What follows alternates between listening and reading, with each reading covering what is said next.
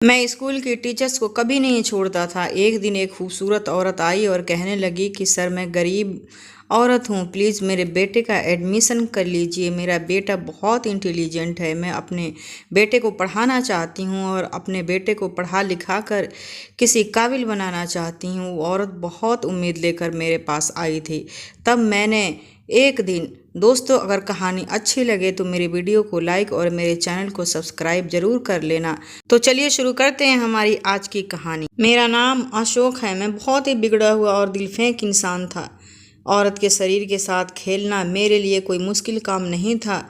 मैं अपनी बातों से औरतों को और लड़कियों को फंसाकर उनके साथ गलत काम किया करता था। इतना गलत होने के बाद भी भगवान ने मुझे बहुत भाग्यशाली बनाया था।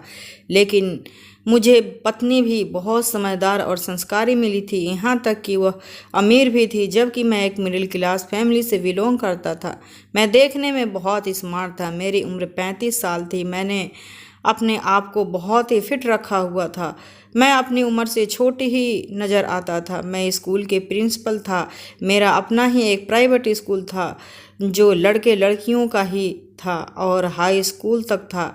हमारे शहर के बहुत सारी लड़कियां हमारे स्कूल पढ़ने के लिए आती थी, क्योंकि वह स्कूल मेरा होने से पहले मेरे ससुर का था। काफ़ी पुराना हो चुका था, इसीलिए दूर दूर तक हमारे स्कूल में लड़कियां पढ़ने आती थी। मैं अपनी 15 साल की उम्र में ही रंगीन मिजाज था। 20 साल की उम्र में मेरी शादी हो गई थी। इस उम्र में आकर मैं भी स्कूल के टीचर्स को कोई नहीं छोड़ता था। एक दिन एक खूबसूरत औरत आई और कहने लगी कि सर, मैं बहुत गरीब हूँ, प्लीज़ मेरे बेटे का एडमिशन कर लीजिए। मेरा बेटा बहुत इंटेलिजेंट है।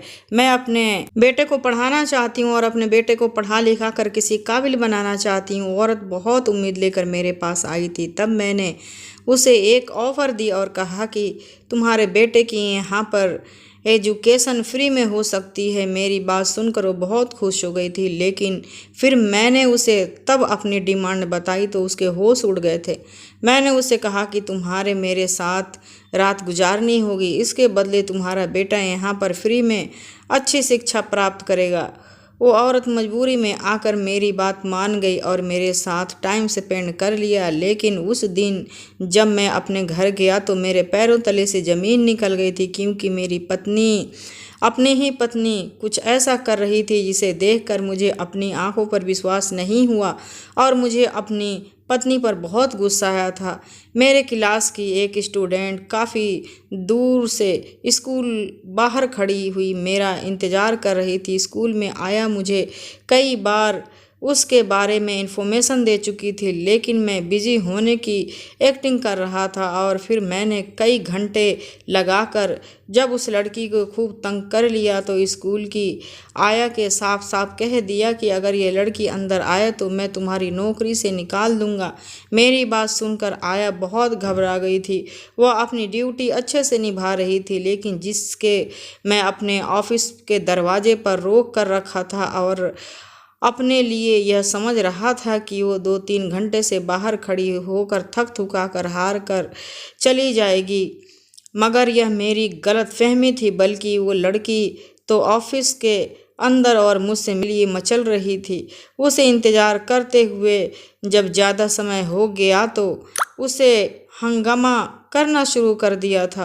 वो ऑफिस के बजाय ज़ोर ज़ोर से चिल्ला रही थी। उसने पूरे स्कूल को भी अपने सर पे उठा लिया था। मेरे ऑफिस के दरवाजे पर ही उस लड़की और आया के बीच बहस शुरू हो गई थी। वह दोनों खूब हंगामा कर रही थी। थोड़ी देर बाद ही उनका अलावा कुछ और दरवाजे पे फैमिली स्टाफ भी सुन रहा था। तभी अचानक मेरे होश उड़ गए। इससे पहले कि पूरे स्कूल में इस हमले की खबर लीक हो गई, मुझे इस लड़की को रोकना ही था। मैं एक झटके से अपनी सीट से उठा और ऑफिस के दरवाजे को खोलकर बाहर आ गया था। मेरे चेहरे पर गुस्सा साफ दिख रहा था। मुझे गुस्से में देखकर वहाँ की टीचर्स तो वहाँ की खिसक गई। हालांकि आया मेरे हुक्म के इंतज़ार में खड़ी रही। मुझे बाहर खड़ा देखकर वह लड़की स्नेहा बुरी तरह से रोने लगी और मेरे करीब आकर कहने लगी, सर आप प्लीज़ एक बार मेरी बात सुन लो। मैं उसे लेकर अपनी ऑफिस के अंदर आ गया और आया से सख्ती से कह दिया कि ऑफिस के अंदर कोई भी नहीं आना चाहिए और मैं अभी किसी से बात नहीं करना चाहता। ये कहकर मैं स्नेहा के साथ अंदर आ गया और ऑफिस का दरवाज़ा बंद कर लिया। ज़्यादा रोने की वजह से स्नेहा की कंडीशन ख़राब हो रही थी और उसकी आंखें भी लाल हो रही थी। स्नेहा हाई स्कूल की स्टूडेंट थी और वो बहुत ज़्यादा खूबसूरत थी। रोने की वजह से उसकी आंखें गोरे गोरे चेहरे की आंखें, नाक और लाल हो गए थे, उस जिसकी वजह से वो और भी ज़्यादा खूबसूरत लग रही थी। मैंने उसे बाजू से पकड़कर अपने करीब खींच लिया तो वो मेरे सीने से साथ चिपक कर मुझसे लिपट गई और ज़ोर ज़ोर से रोने लगी तो मुझे घबराहट महसूस होने लगा। वैसे भी रोती हुई लड़कियां और औरतें मुझे बिल्कुल भी अच्छी नहीं लगती थी और इस समय स्नेहा को रोता हुआ देखकर मुझे भी ज़्यादा उलझन महसूस हो रही थी। इसीलिए मैं एक झटके से स्नेहा के पीछे हो गया और उसे उंगली दिखाते हुए कहने लगा, ये बेवजह का रोना बंद करो। आखिर तुम ये किस बात का हंगामा किया हुआ है? पूरे स्कूल को तुमने अपना घर समझ रखा है, शोर शराबा करना शुरू कर दिया है। तुम जानती हो कि मैं इस स्कूल का प्रिंसिपल हूँ और यहाँ पर मेरी कितनी रेपुटेशन है। क्या तुम मेरी इज्जत को मिट्टी में मिलाना चाहती हो? मेरी बात सुनकर वह एकदम से मुझे फटी फटी नज़रों से देखते हुए कहने लगी, बेवजह का रोना? आपको मेरा रोना बेवजह लग रहा है? आपको लगता है कि मैं आपके सामने बेवजह रो रही हूँ? आपको अपनी इज्जत का ख्याल है, मगर आपको मेरी इज्जत का ख्याल नहीं है। मेरी इज्जत का क्या आप मेरे साथ कर चुके हैं। मैं कल से आपको मैसेज और कॉल करके पागल हो गई हूँ। ना तो आप मेरी कॉल रिसीव कर रहे हैं और ना ही मेरे किसी मैसेज का रिप्लाई दे रहे हैं। हालांकि आपने मेरे सारे ही मैसेज व्हाट्सएप पर रीड कर रहे हैं। मुझे लगा था कि आप मुझसे बातें करोगे, मेरी कंडीशन के बारे में पूछोगे, मगर आपको तो मेरी कोई फ़िक्र ही नहीं है। फिर मुझे एहसास होने लगा कि आप तो मुझसे अपनी जान छुड़ाना चाह रहे हो और मैं ऐसा कभी होने नहीं दूंगी। मुझे कोई शौक़ नहीं है कि मैं यहाँ पर शोर शराबा करूँ। आप अगर मेरे मैसेज या कॉल का रिप्लाई नहीं देते तो हम दोनों के बीच तसल्ली की बात हो सकती थी, या फिर आप मुझे आराम से ऑफिस के अंदर आने की परमिशन देते तो शायद ये हंगामा इतना नहीं बढ़ता। स्कूल में पढ़ने वाली बहुत सी लड़कियां मेरे मोहल्ले में भी रहती है। उनके कानों तक अगर मेरी ये बात पहुंची तो आप सोचो, वो भी फ़ौरन आपके घर आकर मेरे पेरेंट्स को सब कुछ बता देंगी। अभी मेरी उम्र ही क्या है? मेरी सच्चाई जानने के बाद आप मेरे पेरेंट्स मुझे घर बिठा लेंगे, मुझे पढ़ने नहीं देंगे और हो सकता है कि शायद वो मेरी शादी करवा दे। आपको पता है कि अगर यह बात मेरे पेरेंट्स को पता चल गई तो फिर क्या होगा? इससे आगे तो आपको सोचना चाहिए था। मेरे गलत करते समय तब आपको अपनी इज्जत का ख्याल नहीं आया, तब आपको अपनी रेपुटेशन की फ़िक्र नहीं हो रही। तो मैं आपकी बात पर भड़कते हुए कहने लगी, तुम भी कोई मासूम बच्ची नहीं हो। अगर मैंने तुम्हारा इस्तेमाल किया तो तुम भी मेरी बातों में आ गई और मुझे क्यों हमारे बारे में सोचना चाहिए? मैं क्या तुम्हारा कोई ठेका ले रखा है? तुम्हारे और मेरे बीच जो भी हुआ था वह तुम्हारी मर्जी से हुआ था। तुम मुझसे अपनी फ़ीस भरवाना चाहती थी। तुमने मुझे अपनी परेशानी के बारे में बताया था कि तुम्हारे पेरेंट्स गरीब हैं और वह तुम्हारे स्कूल के फ़ीस भरने के लिए बहुत ज़्यादा परेशान लग रहे हैं। तुम्हारे ऊपर 6 महीने से फ़ीस बढ़ गई थी। मैं तुमसे अपनी फ़ीस मांग रहा था तो तुम्हारे पेरेंट्स के पास फ़ीस देने के लिए पैसे भी नहीं थे, और जब मैंने तुम्हारे स्कूल से निकालने के लिए कहा तो तुम स्कूल से निकलना नहीं चाहती थी। मैं ज़बरदस्ती तुम्हारे साथ कुछ भी नहीं किया था। मैं जब तुम्हें बताया था कि तुम मुझे खुश कर दोगी तो मैं तुम्हारी फ़ीस माफ़ कर दूंगा और आगे भी तुम फ्री में पढ़ सकती हो। अभी हाई स्कूल में तुम्हारा साल पूरा होने में 4 महीने रह गए हैं। मैं तुम्हारी इन 4-5 महीनों की फ़ीस भी माफ़ करने के लिए तैयार था। तुम मेरी बात पर एग्री हुई थी, तब जाकर हम दोनों के बीच ये सब कुछ हुआ था। इस सब में मेरे अकेले की ही गलती नहीं है, तुम भी इसमें बराबर के हिस्सेदार हो। ये बात तुम अच्छे से जानती हो। मेरी बात सुनकर वह एकदम से घबरा गई। मेरे साथ यह सब करने से पहले आपने किसी ऐसी बात नहीं की थी। उस समय तो आप मेरी तारीफ में ज़मीन आसमान एक कर रहे थे। मुझे जैसी इंटेलिजेंट लड़की को स्कूल की ज़रूरत है ताकि आपके स्कूल का नाम रोशन हो सके, और मुझ जैसी इंटेलिजेंट लड़की अगर इस स्कूल को छोड़कर चली गई तो आप लोगों का भी नुकसान होगा। आपने ही मुझे अपने स्कूल की स्टूडेंट होने के बावजूद अपने स्पेशल स्टूडेंट बनाया हुआ था। मैं अपने पढ़ाई कम करती थी बल्कि आपके दिए हुए काम ज़्यादा करती थी। एक एक ऑफ़र पर आप मेरी पूरी ज़िंदगी बर्बाद कर दी है। मेरा खूब इस्तेमाल कर रहे थे आप। मुझे भरोसा दिला रहे थे कि अगर कोई ऊंच नीच हो गई तो आप मुझसे शादी कर लोगे। आप स्कूल के प्रिंसिपल हो। आप मेरी फैमिली से और अपने रिश्तेदारों से बात करोगे तो मेरी फैमिली फ़ौरन मान जाएगी, और मेरी फैमिली नहीं भी मानी तो मुझसे उनकी मर्ज़ी के खिलाफ जाकर ही शादी कर लोगे, क्योंकि आप मुझसे प्यार करते हो और मुझे अलग नहीं हो सकते। और मैं बेवकूफ़ अपनी मासूमियत में आकर आपके ऊपर भरोसा कर बैठी थी। मैं अपना सब कुछ आप पर निछावर करके बैठ गई, और अब आप कह रहे हो कि इसमें मेरी भी क्या गलती है। ये कहते हुए उसने अपना पर्स खोला और उसमें से लैब की एक रिपोर्ट निकालकर मेरे मुंह पे ज़ोर से दे मारी और कहने लगी कि ये देखो, आप अपनी गलती खुद आप में आंखों में पढ़ कर सकते हो। मैं अपनी कितनी मुसीबत में फंस चुकी हूँ और कितनी मुश्किल से अपनी यह रिपोर्ट करवाई है। मैं जानती हूँ कि आपको मुझ पर यकीन नहीं है, इसीलिए मैं आपके पास यह सबूत लेकर आई हूँ। वह यूरिन टेस्ट की रिपोर्ट थी। मैंने एकदम से वह रिपोर्ट पढ़ ली जो अभी ज़मीन पर गिरने ही वाली थी, और उसे रिपोर्ट से यह साफ साफ साबित होता था कि स्नेहा प्रेग्नेंट है। मैंने सवाल करती हुई नज़रों से स्नेहा की तरफ देखा तो वह एकदम से फिर रोने लगी। वो कहने लगी, मुझे मेरे माता पिता मासूम बच्ची समझते हैं, लेकिन उन्हें पता नहीं कि उनकी बेटी अपने ही स्कूल के प्रिंसिपल के बच्चे की माँ बनने वाली है। इस सब की वजह से आप हैं। आपने ही मुझे इतनी बड़ी मुश्किल में डाला है। मैं चौंकते हुए उससे कहने लगा, मैं क्यों होता इस सब की वजह? क्या पता तुम कितने लड़कों के साथ इश्क लड़ाती हो, और जब माँ बन गई तो इल्ज़ाम मुझ पर लगा रही हो।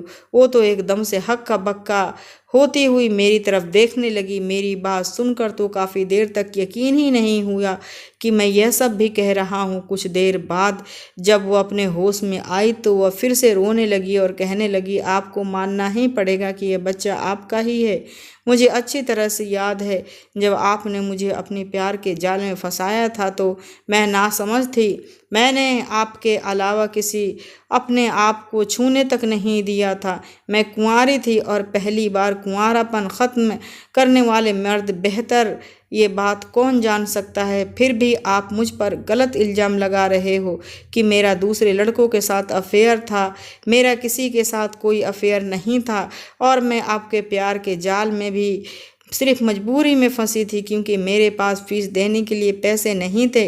वो कहने लगी, कोई बात नहीं, मैं कोई अनपढ़ जाहिल नहीं हूँ। भले ही हाई स्कूल कर रही हूँ, लेकिन इतना तो जानती हूँ कि आप जैसे लोगों के साथ क्या करना चाहिए। मैं आपकी बातों से डरने वाली नहीं हूँ। मैं आपके अदालत तक घसीटूंगी। आप औरत की ताकत को जानती नहीं। मेरी उम्र भले ही अभी कम है, अब मगर मैं लड़कियों के साथ हुए जुल्म को अच्छी तरह जानती हूँ। आपने भी तो मेरे साथ जुल्म ही किया है, जिसकी सज़ा आपको मिलनी चाहिए।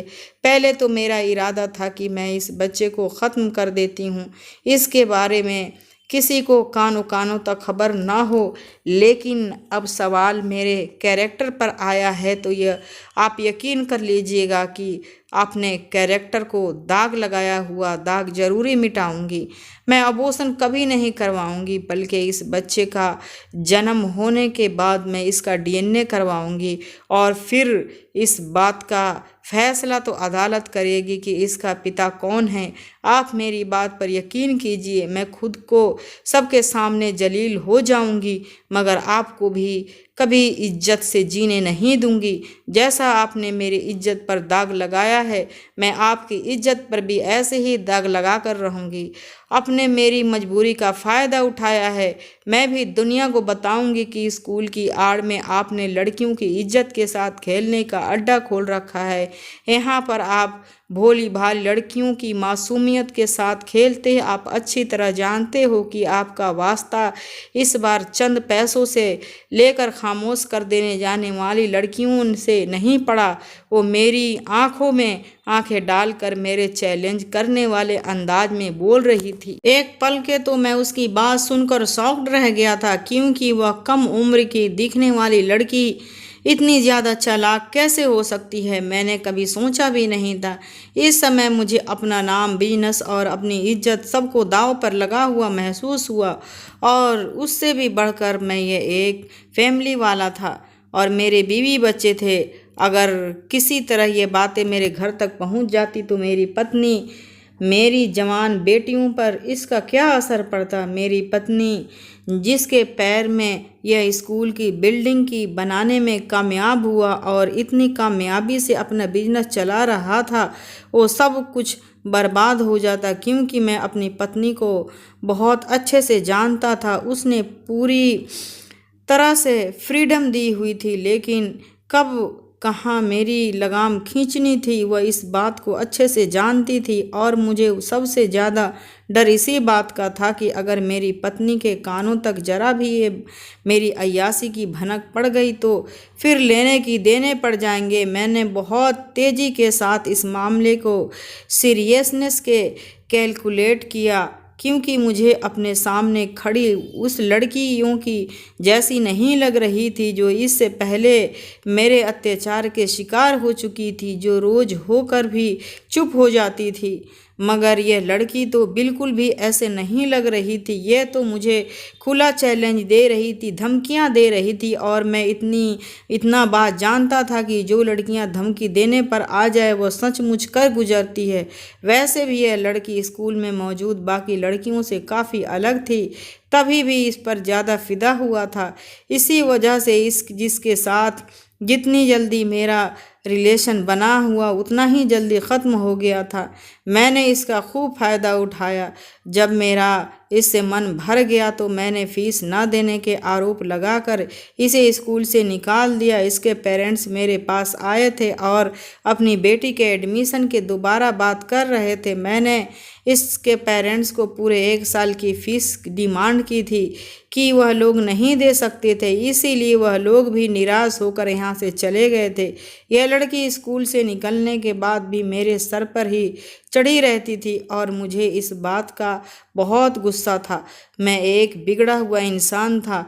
यह स्कूल मेरी पत्नी का था। यहाँ पर कभी एस टीचर नौकरी करने के लिए आया था, लेकिन मैं एक दिल फेंक इंसान था, इसीलिए बहुत जल्द अपनी स्कूल में पढ़ाने वाली अपनी पत्नी को मैंने अपनी चिकनी चुपड़ी बातों में उलझा लिया था। मेरी पत्नी अपने पिता के स्कूल की ही टीचिंग करती थी मुझसे पहले। उसके पिता यहाँ के प्रिंसिपल थे। मेरी पर्सनैलिटी की काफ़ी अच्छी थी, इसीलिए मैं यह बात अच्छी तरह जानता था कि जिसे नज़र भर कर एक बार देख लूँ वो मुझ पर फिदा हो जाए। यही हो नहीं सकता था कि वह लड़कियों में के बारे में अच्छी तरह जानता था कि उनको इम्प्रेस करने के लिए क्या क्या करना पड़ता है, और मैं अपनी पत्नी को पटाने में काफ़ी हद तक कामयाब हुआ था। यही वजह थी कि मेरे दोस्तों में लड़कों से ज़्यादा लड़कियां मेरी दोस्त थी, और ये बात है कि मैंने उनसे किसी भी साथ शादी की कमिटमेंट नहीं की थी, लेकिन मैंने स्कूल के टीचिंग करने के दौरान ये सोच लिया था कि मुझे भावना से ही शादी करनी होगी, जो इस स्कूल के प्रिंसिपल की इकलौती बेटी थी। इस फैसले को करने में मेरी 2 बड़ी वजह थी कि एक तो अपने पिता के मरने के बाद इस बड़े स्कूल की अकेले मालकिन थी जिसकी महीने की लाखों सैलरी थी, और दूसरी यही कि वह कुंवारी थी और उसके पिता उसके लिए कोई अच्छा लड़का तलाश कर रहे थे। कुछ दिन बाद जब प्रिंसिपल साहब इस दुनिया से चले गए तो मेरी पत्नी स्कूल की प्रिंसिपल बन गई थी। धीरे धीरे वह मुझसे प्यार करने लगी थी। उसकी आंखों में मैंने अपने लिए प्यार देखा था। वह मुझसे शादी करना चाहती थी, वह मेरे साथ सेटल हो जाना चाहती थी। फिर मैंने एक तीर दो निशाने पर करने के बारे में सोचा और मैंने अपनी सारी ज़िंदगी यहाँ पर टीचर बनकर गुजार दूँ। क्यों न इस लड़की से शादी कर करके स्कूल के मालिक बन जाऊं। इसीलिए मैंने भावना को और ज़्यादा इम्प्रेस करना शुरू कर दिया। पहले उसके सामने अप्रिशिएट होकर यह बताया कि मैं कितना मेहनती हूँ, और उसके बाद मैंने उसे अपनी मोहब्बत के शीशों में ऐसे उतारा कि वो मेरी मोहब्बत में दम भरने लगी, और उसने मुझे एक दिन खुद ही शादी के लिए प्रपोज कर दिया। तो मैंने एक सेकंड भी गंवाने नहीं दिया और फिर फ़ौरन ही हाँ कर दी। और शादी होने के बाद धीरे धीरे मैं उसकी सीट पर ऐसा कब्जा किया कि उसे बिल्कुल ही घर का बना कर रख दिया था। ऐसा ही नहीं था कि वह स्कूल से बिल्कुल ही कट ऑफ हो गई थी, बल्कि वह कभी कभी विजिट पर आती थी। तो ऐसा मैंने अपनी पूरी कोशिश करता था कि उसे कुछ भी पता ना चले। स्कूल में फीमेल टीचर साथ मेरी आशिक और मोहब्बत के खेल हर रोज़ चलते रहते थे, मगर फिर धीरे धीरे कम उम्र की खूबसूरत लड़कियां पर भी मेरा दिल आने लगा था। जिन टीचर्स का मुझ पर लगता था कि उनके कैरेक्टर लूज है या उन्हें अपनी मर्जी से तोड़ मोड़ सकता हूँ, तो मैं उनके साथ सब कुछ कर गुजरता था। मैंने अपने ऑफिस के साथ ही एक कमरा अपने अय्यासियों के लिए बनवाया हुआ था, जहाँ पर मैं आराम करने के लिए लेटने के लिए जाता था तो मेरे बगल में कोई ना कोई स्कूल के टीचर या फिर स्टूडेंट मौजूद होती थी। इनमें से खुद भी कुछ अपनी अय्यासियों के चक्कर में मेरे साथ जुड़ी थी, और कुछ टीचर्स को अपनी बातों को बहला फुसला कर इस कमरे में लेकर आता था, और कुछ ऐसा मासूम बच्चियां होती थी जो मेरी न किसी मजबूरी का शिकार बन जाती थी और मजबूरी में आकर मेरे कमरे में रौनक बढ़ाती थी। लेकिन इसमें से कुछ ऐसी होती थी जो सांसें मार कर रहती थी। उन्हें लगता था कि यह सब कुछ करने के बाद उनसे शादी कर लूँगा, और वह नशे की धुत में मेरे किए गए वादों के चक्कर में मेरी मर्जी के मुताबिक यह सब कर जाती थी, जो शायद उन्होंने कभी सोच भी नहीं रखा था। उन्हें मैं एक लड़की स्नेहा थी जो दिन ब दिन न जाने क्या मुझे एक चैलेंज देती हुई महसूस होती थी। पहली नज़र में ही देखने के बाद मुझ पर एक नशा सा चढ़ गया था और मैं इसे हर हाल में करीब आना चाहता था। और ये सिर्फ और सिर्फ 16 साल की थी और भी ज़्यादा खूबसूरत थी, मगर न जाने क्यों वह मुझे लोहे के चने चबा रखी थी। अजीब सी सीरियसनेस और लिया गया था उसका अंदाज था। कभी कभी कुछ लड़कियां एक्स्ट्रा क्लासेस के होने के वजह से छुट्टी के बाद रुक जाया करती थी और अपने अपने घर पर लेट जाती थी। स्नेहा मेरे साथ साथ स्कूल की फीमेल टीचर्स की भी फेवरेट बच्ची थी, क्योंकि वो बहुत ज़्यादा टैलेंटेड थी। हर बार उसके अच्छे मार्क्स आया करते थे। मुझे अंदर ही अंदर वह काफ़ी तेज लग रही थी और फिर मैं धीरे धीरे उसके करीब जाने की कोशिश करने लगा था। मैंने उसको अपनी बातों में ले लिया था। जब एक बार वो अपनी फ़ीस माफ़ करवाने के चक्कर में मेरे करीब आई तो अगली बार मैंने उसकी तारीफ़ इतनी ज़्यादा की थी कि वह मेरी मोहब्बत में घायल हो गई थी। उसे लगा था कि मैं उससे प्यार करने लगा हूँ। मैंने उसे मोहब्बत के झूठे वादे किए थे और भरोसा दिलाया था कि मैं उसे शादी कर लूँगा।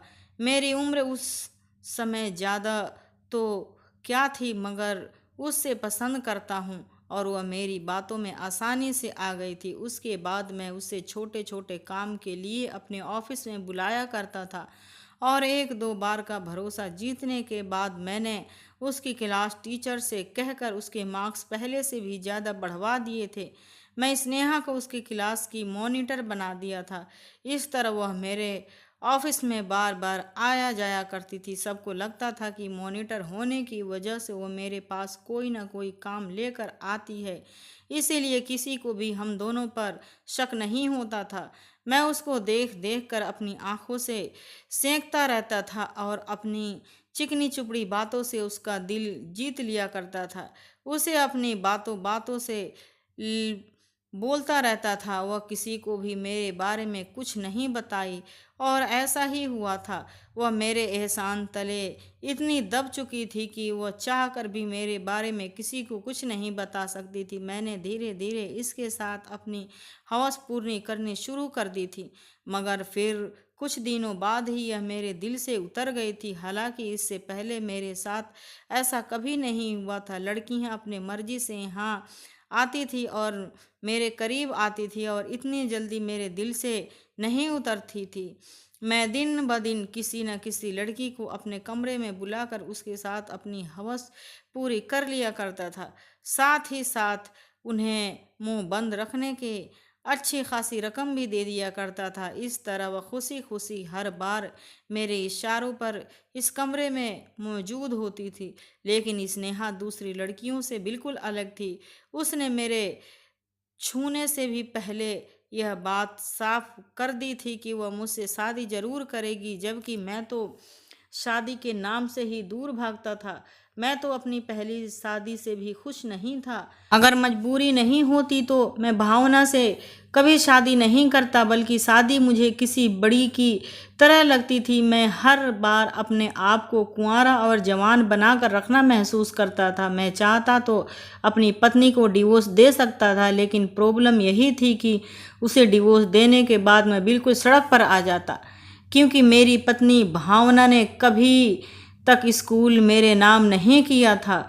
और जाहिर सी बात यह है कि सोने की चिड़िया को आखिर कौन अपने हाथ से जाने देता है। भावना मेरे लिए सोने की चिड़िया जैसे ही थी, जिसने मुझे जैसा मामूली टीचर को अपनी स्कूल का प्रिंसिपल बना दिया था, सिर्फ और सिर्फ मेरे प्यार में पड़कर। अगर यह स्कूल मेरे नाम होता तो शायद मैं बहुत पहले अपनी पत्नी को डिवोर्स देकर आज़ाद जिंदगी गुजार रहा होता। ना मुझे किसी का डर होता और ना ही किसी को किसी बात का जवाब देना होता। लेकिन हर काम हमारी मर्जी के मुताबिक तो नहीं होता। हर चीज़ हमारे भाग्य में जल्दी नहीं आती, बल्कि सच तो यही है कि मेरी शादीशुदा ज़िंदगी मेरे रास्ते में कभी भी शामिल नहीं हुई थी। यही वजह थी कि मैं धीरे धीरे गैर महसूस अंदाज में स्कूल का हर अपने हाथ में ले लिया था। और जब मेरी जुड़वा बेटियां पैदा हुई तो मैंने अपने पत्नी को साफ साफ कह दिया कि वह बेटियों को संभालने, स्कूल का सारा इंतजाम मैं खुद देख लूँगा, क्योंकि उसके लिए भी जुड़वा बच्चों की परवरिश करना काफ़ी मुश्किल था। उस पर अगर वह स्कूल भी ध्यान देती तो बहुत ज़्यादा डिस्टर्ब हो जाती। इस बात से मेरी पत्नी भी संतुष्ट थी। अब मैं स्कूल की हर चीज़ के मालिक खुद था, लेकिन स्नेहा मैटर वाले मेरे गले की हड्डी बन चुकी था। क्योंकि मैं बहुत ज़्यादा इंटेलिजेंट था, इसीलिए अपनी इंटेलिजेंसी के बलबूते पर हर मुश्किल से मुश्किल केस से आसानी से निकल चुका था। फिर स्नेहा वाला मैटर मेरे लिए क्या था? मैं अच्छी तरह जानता था कि सख्ती से और गुस्से से ये मैटर और ज़्यादा बिगड़ जाएगा। इसीलिए मैंने फ़ौरन पैंतरा बदला और स्नेहा को अपनी बातों में ले लिया। मैंने स्नेहा से कहा, स्नेहा ने तुमसे शादी करने को कब मना कर रहा हूँ, लेकिन तुम मेरी कुछ मजबूरी समझो। मुझे बेइज्जत करने पर आखिर तुम्हें क्या मिलेगा? ये स्कूल, ये पैसा, ये सब कुछ मेरी पत्नी के नाम पर है। अगर तुम ठंडे दिमाग से सोचोगी तो इसमें तुम्हारा भी फ़ायदा होगा।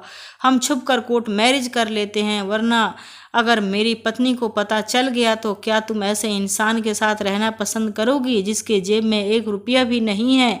सोच समझकर मुझे अपने फैसले के बारे में बता देना। मेरी बात पर उसके दिमाग बैठ गई और वह ढीले ढाले अंदाज से मेरे सोफे पर आकर बैठ गई। मैंने उसे कहा कि देखो, मैं सच में स्कूल के प्रिंसिपल हूँ, लेकिन मेरी पहचान असलियत में कुछ भी नहीं है। बस मैं इतना जानता हूँ कि एक अमीर इंसान हूँ। सच कहूँ कि अगर मेरी पत्नी मुझसे प्रिंसिपल की सीट ले ले तो मेरी ज़रूरत नहीं है कि मैं यहाँ पर दोबारा बैठ सकूँ। इसीलिए इस मामले को बेहतर सॉल्यूशन है तो मैं तुम्हें यहाँ रहने दूंगा। तुम अपने पेरेंट्स से अपनी शादी के लिए कहो। तुम्हारे माता पिता तो वैसे भी गरीब हैं, वह तुम्हें आगे पढ़ा नहीं सकते। तुम आगे अपनी मर्जी से पढ़ना चाहती हो तो जब तुम्हारे पेरेंट्स तो गांव के लोग हैं, वो लोग तो किसी तरह शादी जल्दी करवा देंगे। इसीलिए तुम अपनी पेरेंट्स की मर्जी के मुताबिक शादी कर लो। तुम शादी के बाद सुखी रहोगी। और अभी इस मैटर से निकलने की जहाँ तक बात है, मेरी पहचान एक बहुत अच्छी गाइनोकोलॉजिस्ट है। मैं वहाँ पे ले चलता हूँ। तुम अपना अबॉर्शन करवा लो। बताओ मंजूर है? मैंने बहुत सोच समझ कर पत्ते फेंके थे और इसमें जितनी चांस था 50% थी। मेरी बात सुनने के बाद वह कुछ देर तक खामोश रही और फिर जब बोलने शुरू किया तो मेरा दिल बिगड़ने लगा था। उसने मुझसे कहा कि मेरा अबॉर्शन करवा दो ताकि मैं इधर से आज़ाद हो जाऊं।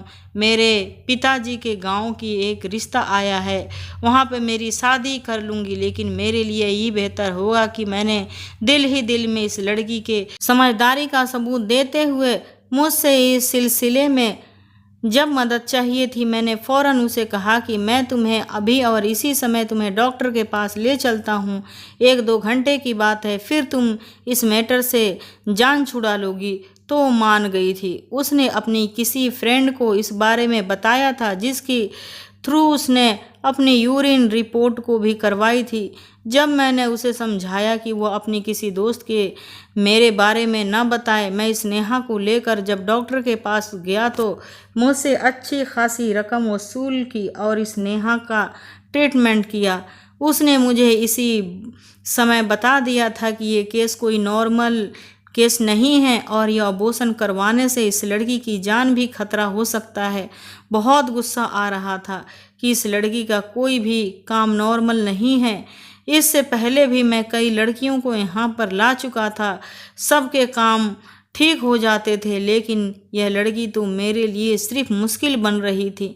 जैसे तैसे करके यह मैटर किसी तरह सॉल्व हो गया, लेकिन आखिरी समय पर स्नेहा की तबीयत बिगड़ गई और उसकी डेथ हो गई। डॉक्टर भी मुसीबत में फंसने वाली थी, मगर उसे मोटी रकम देकर खामोश कर दिया, जबकि स्नेहा की डेड बॉडी को भी ठिकाने लगा दिया गया था। स्नेहा की डेड बॉडी को मैंने अपने जानने वाले एक नौकर के हाथ जंगलों में भिजवा दिया था। काफ़ी दिनों तक एक गुमशुदा लड़की की खबर मीडिया पर चलती रही और फिर पता चला कि स्नेहा की डेड बॉडी जंगल में मिली थी। उसके पेरेंट्स को भी इस बारे में पता चल गया था। पुलिस को डेड बॉडी मिल गई थी, मगर किसी को भी ये पता नहीं चला कि असल कसूरवार कौन है। इसीलिए उसके परिवार वाले रोग होकर खामोश हो गए और मैंने सुकून की सांस लिया था और मैं फिर से अपने अय्यासियों की तरफ लौट आया। अब की बार मेरे दिन रात खूब मक्खन मलाई की तरह गुजरने लगे थे। अब की बार एक हीरा मेरे हाथ लगा था। मैं खुशी से फूले नहीं समा रहा था। ये जो कोई भी थी वो बहुत ही पैसे वाले की लालच में नहीं थी। वह मुझसे शादी करना चाहती थी, बल्कि मुफ्त में वो मुझे अपने शरीर का मज़ा चखाने के लिए तैयार हो गई थी। मुझे और क्या चाहिए था? ये औरत बहुत ज़्यादा खूबसूरत थी।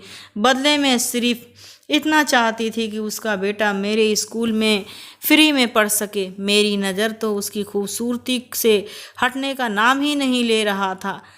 उसने कहा था कि मेरा बेटा बहुत ज़्यादा इंटेलिजेंट है, क्योंकि मेरे पास इतने पैसे नहीं हैं कि भगवान के लिए आप मेरे बेटे को अपने स्कूल में एडमिशन दिला दो। मैं बदले में आपको थोड़े पैसे दे दिया करूँगी। बहुत ज़्यादा मजबूर थी, इसीलिए मैंने उसकी मजबूरी का फ़ायदा उठाया और उसके बारे में डिटेल का पता की थी। तो उसके बाद मुझे पता चला था कि उसके पति मर चुका है और वो अपने बेटे के साथ किराए के मकान में अकेली रहती है। लोगों के घरों में काम करके अपना और अपने बेटे का गुजारा करती है। मुझे यह औरत अपना आसान शिकार आई थी, क्योंकि वह कुंवारी भी नहीं थी जो नखरे दिखाती। और दूसरी बात ये कि यहाँ पैसों के लेन देन कभी कोई मामला नहीं था, बल्कि उल्टा मैं उस पर एहसान करके उसके बेटे को अपने स्कूल में एडमिशन दे रहा था। जब से उसके बेटे ने स्कूल में एडमिशन लिया था, मैं बहाने बहाने से इस औरत को अपने स्कूल में बुलाता था। यह बहुत मजबूर थी, इसीलिए ही आ जाया करती थी। एक दिन मैंने उसे अपने स्पेशल कमरे में आने के लिए कहा तो वह रोने लगी। तो मैंने उसे बताया कि इसमें रोने वाली क्या बात है, अगर तुम्हें मंजूर है तो मेरे साथ इस काम के लिए तैयार हो सकती हो, अगर हाँ मंजूर नहीं है तो तुम यहाँ से जा सकती हो। इसमें कोई प्रॉब्लम होने वाली बात नहीं है, मगर जाते जाते तुम अपने बेटे को भी यहाँ से लेकर चली जाना, क्योंकि मैंने कोई अनाथ आश्रम नहीं खोला हुआ है। मैं जानता था कि यह औरत अपने बेटे के लिए कुछ भी करने को तैयार थी। इसने इतने बेटे की सरकारी स्कूल से निकाल कर महंगे स्कूल में डाला था ताकि आगे चलकर उसके बेटे का फ्यूचर बन जाए। लेकिन जब उसे लगा कि उसके बेटे की शिक्षा है यहीं से रुक सकती है तो वह मेरे साथ कमरे में चली गई। वो जितनी देर तक मेरे साथ रही उसकी आंखों में आंसू नहीं रुक रहे थे। वह इतनी ज़्यादा खूबसूरत थी कि मैंने उसके साथ अपने सारे पैसे वसूल कर लिए थे और अपने उसके बीच होने वाले सारे खूबसूरत लम्हे की मैंने रिकॉर्डिंग भी कर ली थी। जब वो रोने लगी तो मैंने उस रिकॉर्डिंग को दिखा दी थी। रिकॉर्डिंग देखकर उसके होश उड़ गए थे। उसने मुझसे डिलीट करने के लिए कहा तो मैंने उसे यही कहा कि डिलीट तो हो गया है, लेकिन तुम्हें मेरे बुलाने पर यहाँ पर आना होगा, क्योंकि मैं जानता था कि ये हर बार तो मेरे बुलाने पे नहीं आएगी। इसीलिए मैंने इतना कड़ा बंदोबस्त किया था कि अगर यह मेरे बेटे को यहाँ से लेकर जाना चाहेगी तो आसानी से नहीं जा पाएगी। मैं बहुत ज़्यादा खुश हो रहा था, क्योंकि मुझे ऐसी कमज़ोर और बेबस औरतें बहुत पसंद आती थी। इस औरत का इस्तेमाल मैं कभी भी कर सकता था। ये मेरे लिए अब ऑल टाइम बन गई थी। मैं इसी बात से खुश होते हुए अपने घर की तरफ आ रहा था, लेकिन अंदर से मुझे ज़ोर ज़ोर से रोने की आवाज़ सुनाई देने लगी। मैं दौड़ता हुआ दरवाज़ा खोलकर अपने घर के अंदर दाखिल हुआ। मैंने देखा कि मेरी बेटी बुरी तरह से रो रही है और मेरी पत्नी उसे मार रही है। मैंने एकदम से अपनी पत्नी को गुस्से के पीछे धकेला और उसने अपनी पत्नी के आकर खड़ा हो गया था। वह बार बार मुझसे कह रही थी कि आप हम दोनों के बीच से चले जाओ। मैं आज इस लड़की का जिंदा नहीं छोड़ूंगी। मुझे भगवान ने सिर्फ 2 जुड़वा बेटी दी थी। अभी एक एक बेटे के लिए तरस रहा था, इसीलिए कभी बेटियों की आंखों में आंसू नहीं देखे थे। अपनी बेटियों के दुखी होकर मेरा दिल जल रहा था।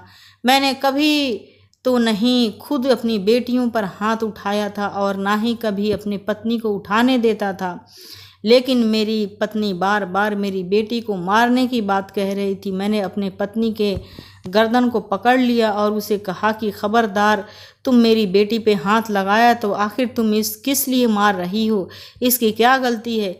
मेरी पत्नी मेरी तरफ देखकर कहने लगी, तुम्हारी बेटियां आप बहुत समझदार हो गई हैं। तुम नहीं जानते हो कि तुम्हारी बेटी न जाने किसकी बच्चे की माँ बनने वाली है। पूछो इससे यह आखिर किसके बच्चे के साथ अपना मुंह काला करा करके आई है। अपनी पत्नी की यह बात सुनकर मेरे पैरों तले से ज़मीन निकल गई थी और मैं अपनी 15 साल की बेटी को देखने लगा था। तभी मेरी बेटी ने अपनी छोटी बहन की तरफ देखते हुए कहा कि आपकी यह बेटी भी तो उसी लड़के से मिलती है। आपने इसी तो कभी कुछ नहीं कहा। मैंने पलटकर अपनी छोटी बेटी की तरफ देखा तो मेरी छोटी बेटी अपनी बड़ी बहन से कहने लगी, मैं तुम्हारी तरह माँ नहीं बनी हूँ।